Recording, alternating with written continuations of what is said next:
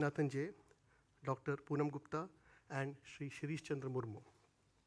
We also have with us today Executive Directors Dr. Ajit Ratnakar Joshi, Sri Sanjay Kumar Hansta, and Sri Indranil Bhattacharya. I also welcome my other colleagues from the Reserve Bank. Before we begin, we have a few housekeeping announcements. Sir, there are 24 participants from the media.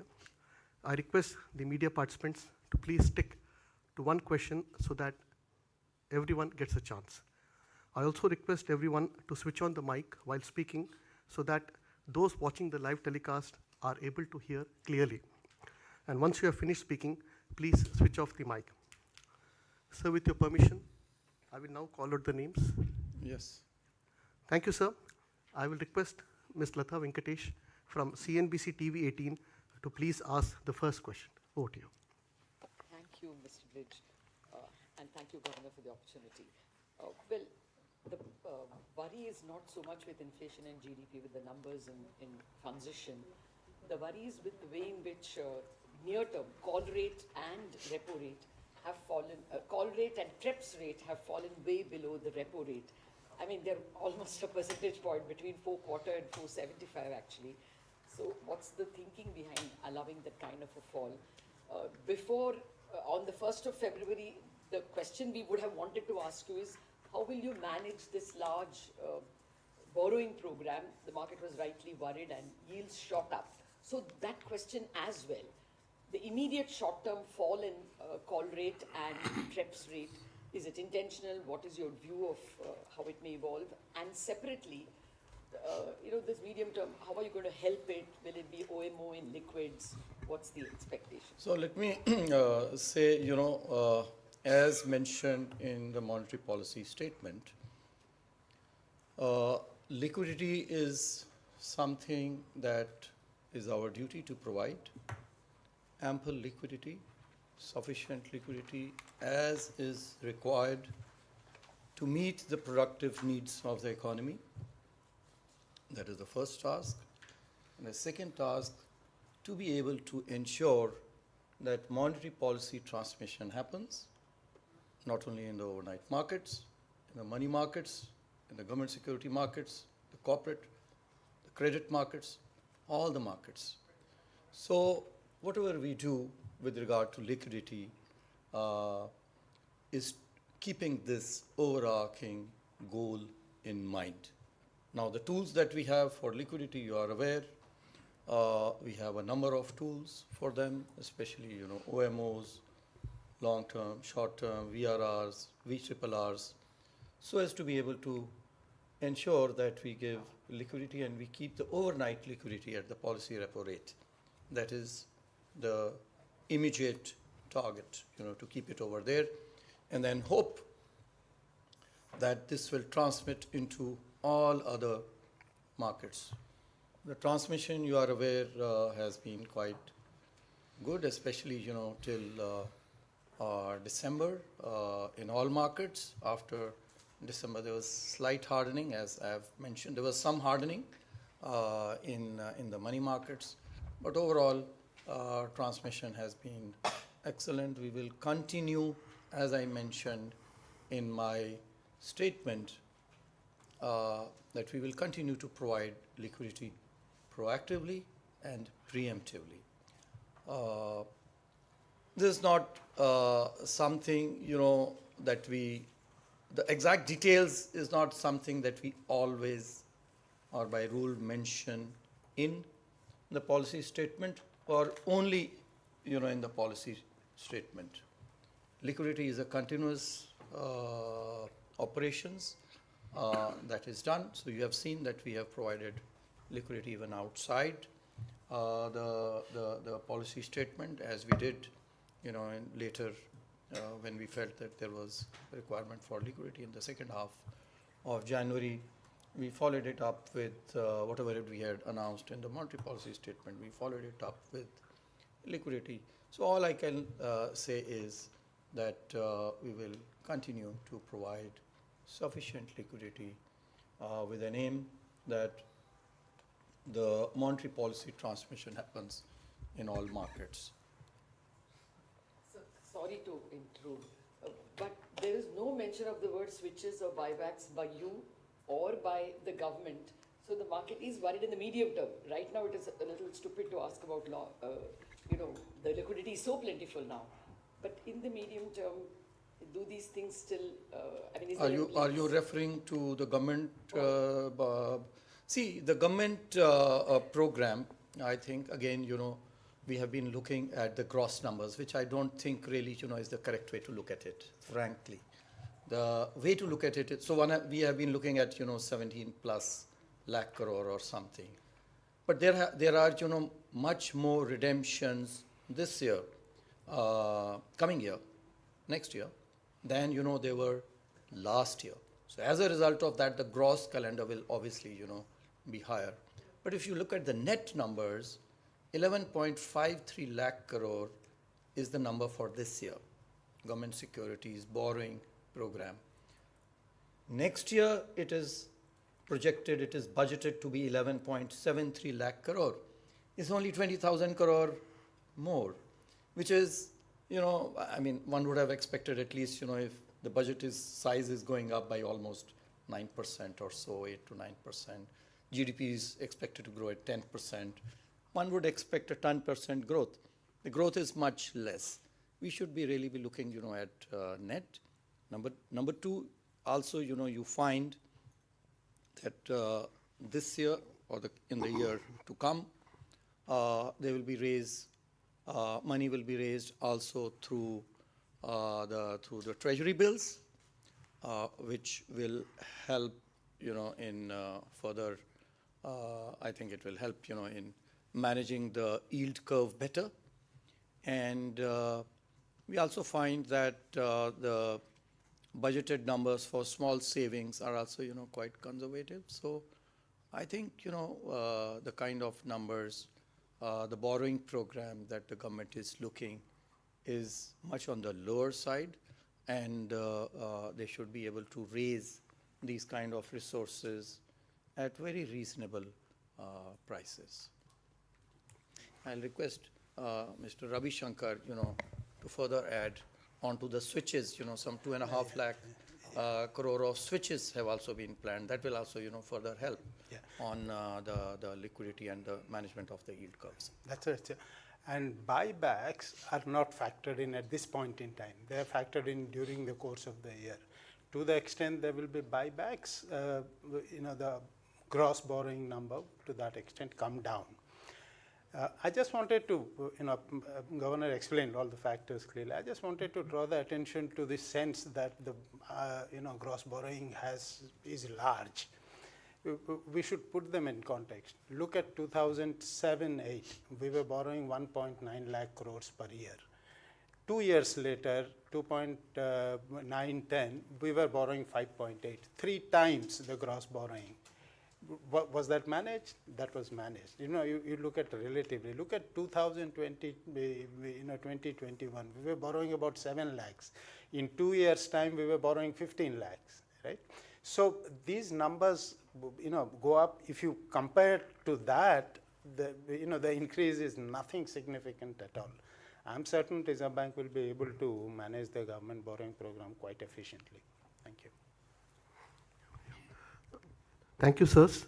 We will take some more questions from our left side before we come to the right. Next, I'll ask Manojit Saha from Business Standard to ask his question. Manojit, please. The TRIPS rates have collapsed, which has created some pain for the non-banks. But at the same time, SDF bank parking in SDF has gone up very significantly, over 3 lakhs. Is there a plan to tackle lazy banking? Is there a discussion on whether you can cap how much banks can borrow from SDF, or widening the corridor, bringing SDF down so that banks are forced to lend to productive resources? And consequently, do you think the CD ratio of more than 80%, 81% is a new normal now, given the constraints of deposits that we have seen? See, we did review the liquidity management framework. Your question is actually linked to, the liquidity management framework that was done recently. and not many changes were announced. Let's keep in mind that this is a complex subject, because these three markets, your TREPs, call money markets, and the repo market, there is very high linkage. We mentioned that when we decided not to change it. In the medium to long term, there is a very high correlation, and so that's why we continue to target the call money rate, which is called the Walker. Over short periods of time, on day-to-day basis, there can be fluctuations. There can be non-alignments. But on the whole, I think as of now, we are not looking at making any changes immediately. However, as you have also pointed out, there can certainly be different. There can be different ways of looking at it, which we are at the moment, as I mentioned, we are not looking at whether to change the corridor and how to better manage it. As I mentioned, this is complex. We are right now not looking at making any further changes. With regard to your second question on CD rate, see, this is cyclical. At a period when your credit is more than deposits, it's quite expected that the CD rates will go up. And when at times when credit is not growing so much, then the CD ratios will come down. And we have seen this happen over and over again. There is a time when the CD ratios go up, and then there's a time when the CD ratios come down, depending on where we are in the business cycle of the banks. But I may mention that for us, it's not the CD ratio which is important. What is important is liquidity. There is an LCR framework for it. There is an NSFR, net stability funding ratio, which is there for medium-term liquidity. There is an LCR for the immediate or the 1 month liquidity that we are looking at. Both of them for the banks as well as for the non-bank financial companies are at very comfortable levels. So there is no issue over there. If I could just add one clarification. There was no mention of INR or BOP deficit in the policy. Is it because you are pretty much comfortable with the trade deals and the inflows and all? Is that the reason? See, our macroeconomic fundamentals of the country, including the external sector, are very strong, very robust, very healthy. Whether you look at growth, inflation, whether you look at the current account on the external side, or you look at even the capital account side, I think near term, medium term outlook is very healthy, is very favorable. You are aware that the government has taken a series of measures to increase our external position. Number of bilateral as well as multilateral deals have been signed.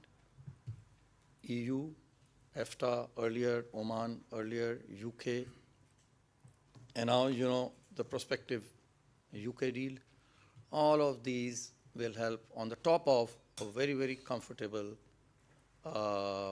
current account that was last year 0.6% of our GDP. First half only 0.8% of the GDP.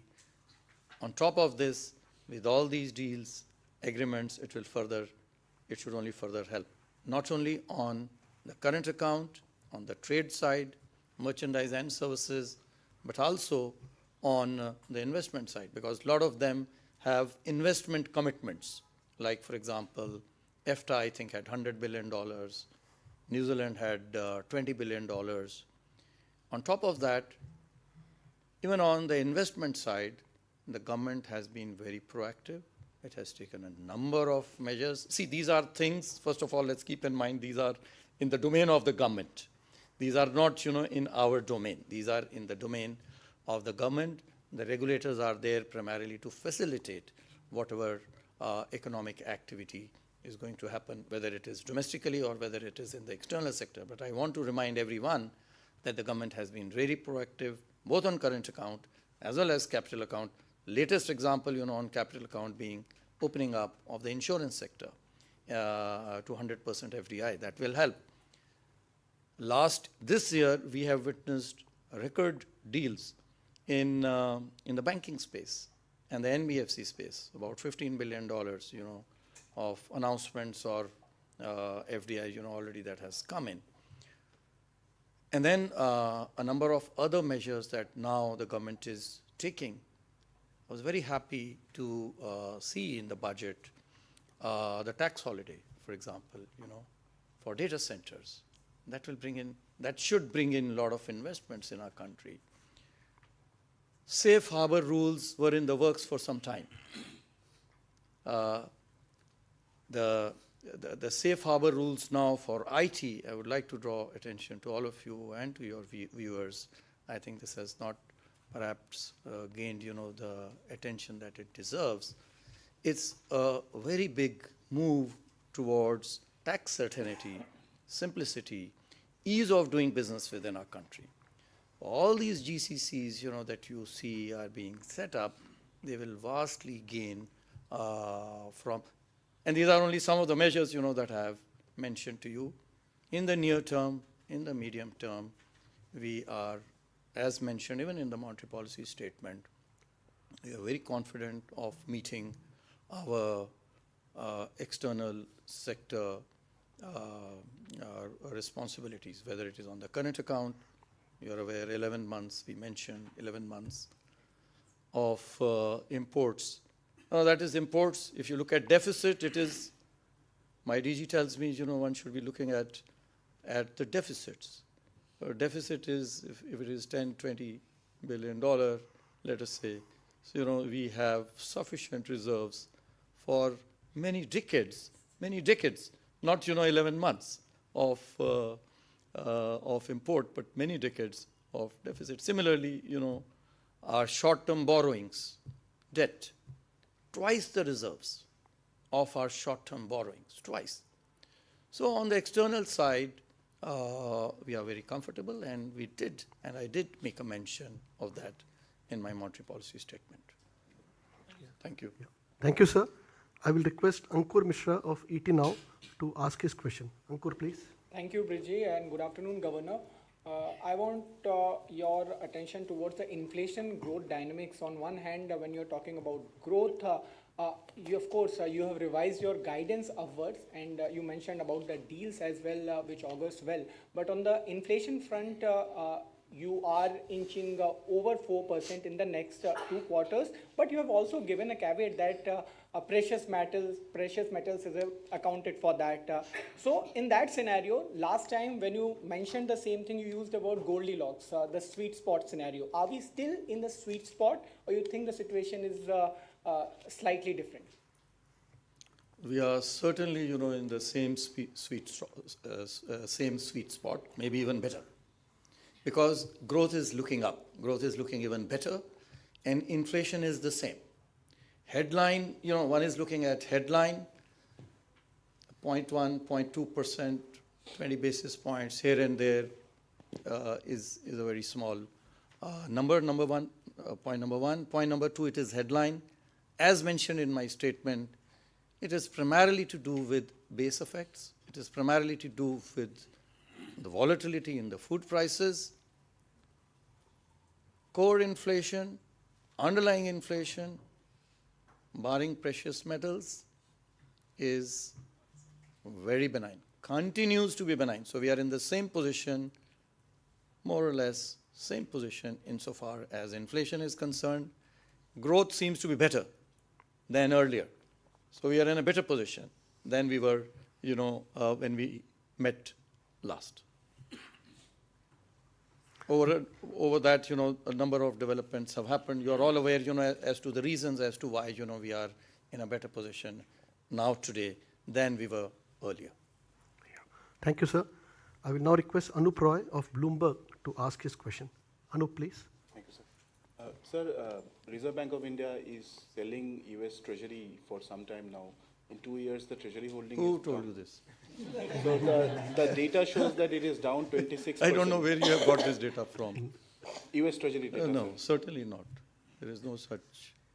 So the Treasury holding data there shows that it is now $174 billion, which is See, something like overall, 26% down. see, you are aware that our forex reserves had come down. So, as a result of that, overall, when they come down, then all holdings would come down, so they will change. So, those are fluctuations on a day-to-day or a week-to-week basis that we give out. But there is no reduction in our holdings of the US treasuries. So can I ask another question on the rupee? That so when the rupee was depreciating, Let's keep in mind that there are, so many other people we are taking their time. So if your question is not asked by others, then we will come back to you. Yeah. Okay? Thank you, sir. Next, I will request Hamsini Karthik from Money Control to ask a question. Hamsini, please. Thank you. Good afternoon, Governor and everyone. My question is with respect to transmission of repo rates.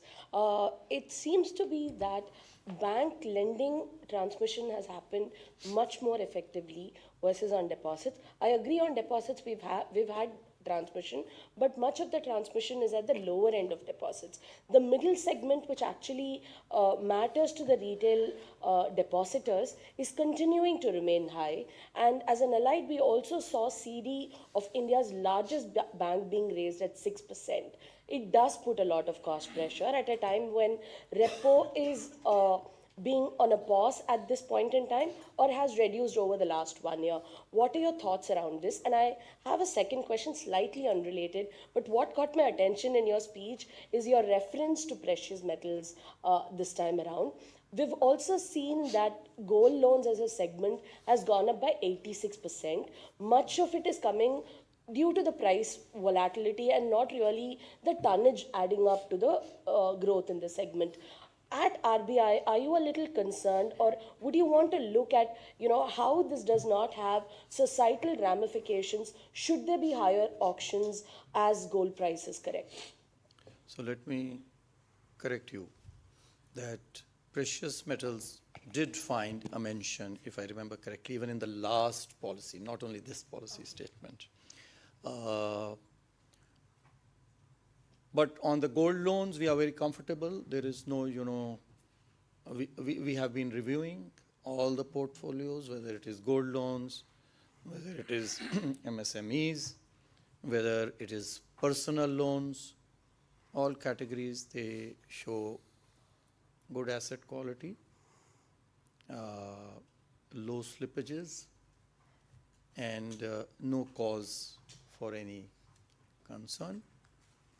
The LTV ratios for the gold loans are quite low, although we have a higher limit going up to even 85%, 70 to 85% depending on the amount of loan, but the LTV ratios being maintained by the banks as well as the NBFCs are on the lower side.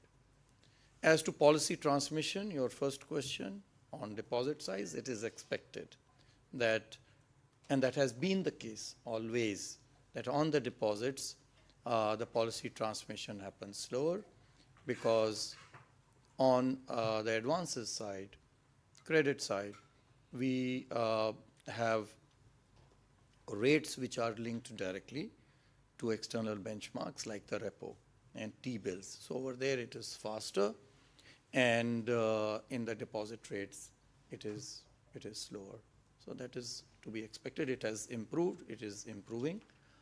From every policy statement, we look at it even more closely. We give out the numbers to you, policy to policy statement wise, but they have been improving, and we are hopeful that they will further continue to improve. Cost pressures will ease over time. Is that your estimation, sir, in that case?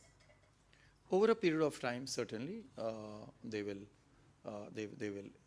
decrease. Will decrease. Thank you, sir. We will now take a few questions from the right side.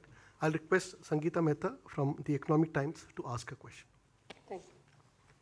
Governor, could you elaborate on the policy? You have spoken about empowering customers, the mis-selling policy. You've spoken about a lot of things on mis-selling and the unauthorized compensation for unauthorized transaction. On those things, could you elaborate? And on this compensation, I also wanted to know whether if a person gives OTP, will he still be compensated? I'm so happy to you ask these questions. People have been, busy asking questions on markets. But obviously, there are many people in this room who ask questions directly related to customers. And every policy, and even outside, it has been our conscious effort that we continue to improve customer centricity, the customer experience, the customer delight that all of you, including us as customers, expect from banks, NBFCs, and the regulated entities. So mis-selling, yes, this has been a concern. We have been mentioning it. There have been directions with regard to mis-selling. And this time, we have codified them. We'll be issuing the draft guidelines with regard to mis-selling. Similarly, there is a framework which we will now be taking out for compensation for small frauds, because we have observed that while in value they constitute a very small proportion, but in terms of numbers, I think 65% of them have less than 50,000 or so in terms of amount.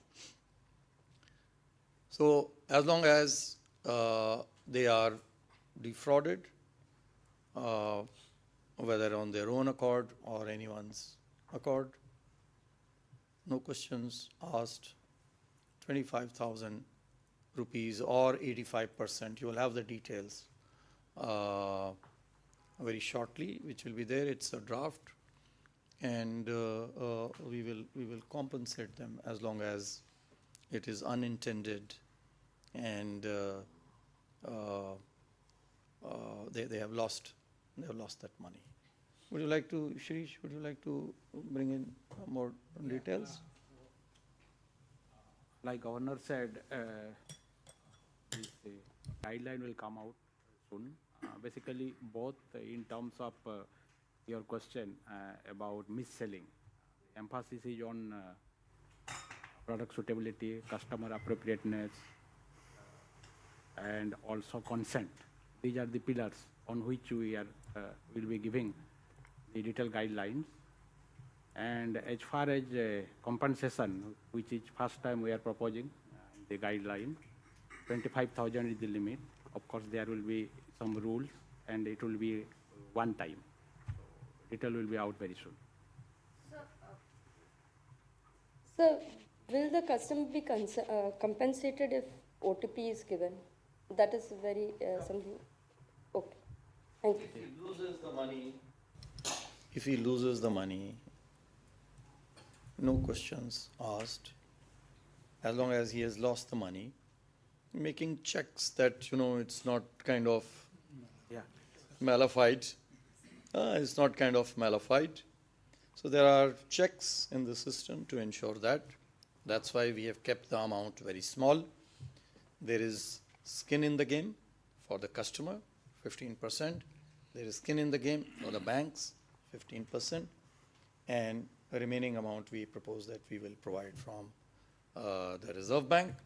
And the amount is very small. We will see, how it goes. But for the small customers, for whom this actually means a lot, this is a way of providing some immediate relief, some immediate solace. Yeah, thank you, sirs. I'll now request Alexander Matthew of NDTV Profit to ask his question. Alexander, please. Good afternoon, Governor. Good afternoon, everybody else. You've covered quite a bit of ground. Let me ask you about what you said on credit growth. And you spoke about system-wide closer to 14%, and you said several pockets are seeing growth. My question to you is allied with what some of my peers have already asked. One would assume that the trajectory would increase heading into the new year as the impetus to growth increases. But is there going to be a curtailing of the extent to which it can grow by the fact that the CD ratios remain high? Have you factored that in? And there's an argument that has also been made that a large part of this spurt in credit growth we've seen in the recent past is gold loan linked. Is that something that you have witnessed? And also if you can comment on why you considered the measure that you did on REITs and MSMEs at this point, and maybe give us a little more detail on that. So, the first question I'll leave, to DG, because whatever I had to say, on credit growth, I already mentioned. I'll ask, DG Swaminathan to maybe add, a little bit more flavor to the credit growth. And the gold loans, of course, which have witnessed huge growth rates to the extent of about 200% or so. Your second question, let me, touch base on that, which is on MSMEs. So MSMEs are, the growth engines. They are an very important component of our economy, especially from the point of view of generating employment. And so this limit of 10 lakh rupees has been there for quite some time. I think 2010 or so, 2010 is this limit. So it's basically, indexing for inflation. That's what it is, from 10 lakh to 20 lakh rupees. The second one is on REITs. Again, we had already allowed lending to InvITs. And so now, we are in the same vein, allowing lending even for REITs. This will further help the real estate sector. D. Swaminathan. So, credit growth, of course, as you mentioned, overall it is 14% year on year, but there are different components as you look at it. Agriculture has grown at about December data at 12%, industry has grown at 13%, personal loans have grown slightly upwards of 14%. So it's more secular. It is not that any one particular segment has contributed less or more. Gold loan as a proportion to the total lending book is something that we will have to see. The percentages can be misleading, and that increase is not something which is unexpected, because primarily in the previous years, the unsecured personal loans had a major role in terms of contributing to the overall growth. When banks move more towards safety, when there are higher slippages seen in certain segments like MFI or personal loans which are unsecured, collateralized loans will see a pickup. So there has been a shift, but that shift has been also aided by the spurt in the gold prices, which is all right. But system level, the LTV ratio is still below 70%. While of course we have even permitted, as Governor mentioned, slightly higher LTV, system level it is below 70%. So there is absolutely no concern in terms of, number one, you will have to look at the percentage in terms of the overall pie that it has in the bank credit. And second is that LTV levels are even comfortable at this point in time, so there is no worry. And MSME, as Governor clarified, 15 years now, so it's time that we relook at the numbers and also be supportive of this. You would recall that last year we increased for agriculture segment as well to 2 lakhs. So this is in keeping in alignment with that, so that the smaller customers are not deprived of access to formal credit for lack of collateral. Thank you. Thank you, sirs. I'll now request Piyush Shukla of Hindu Business Line to ask his question. Piyush, please. Thank you. Good afternoon, Governor, DGs. Thanks, Rich, sir. So, a couple of queries. First is, possibility of uptick in commodity prices, rupee pressure. Of course, you said Goldilocks has even improved, but on inflation side, if there is an upside, do you see there is, or with the current pause, it means we are at terminal at 5.25. Second is, sir, in the government union budget that Finance Minister presented, the subsidy for UPI has been slightly lowered. I just want to understand, sir, some people in the payments industry, including the SRO that you have recognized for the payments body, they have suggested that we should not on the customer side. You mentioned we are very pro customers, but on the higher value P2M transaction person to merchant, merchants of a certain category with a higher turnover rates, chroma and all, 0.03% MDR, because anyways on certain credit lines there is already a MDR. Do you feel that that could be, and you had earlier mentioned somebody has to bear the cost in your earlier remark.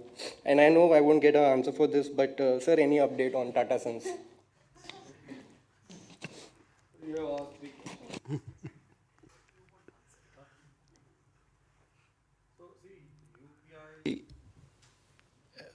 I was only stating the obvious that someone has to pay for the cost, right?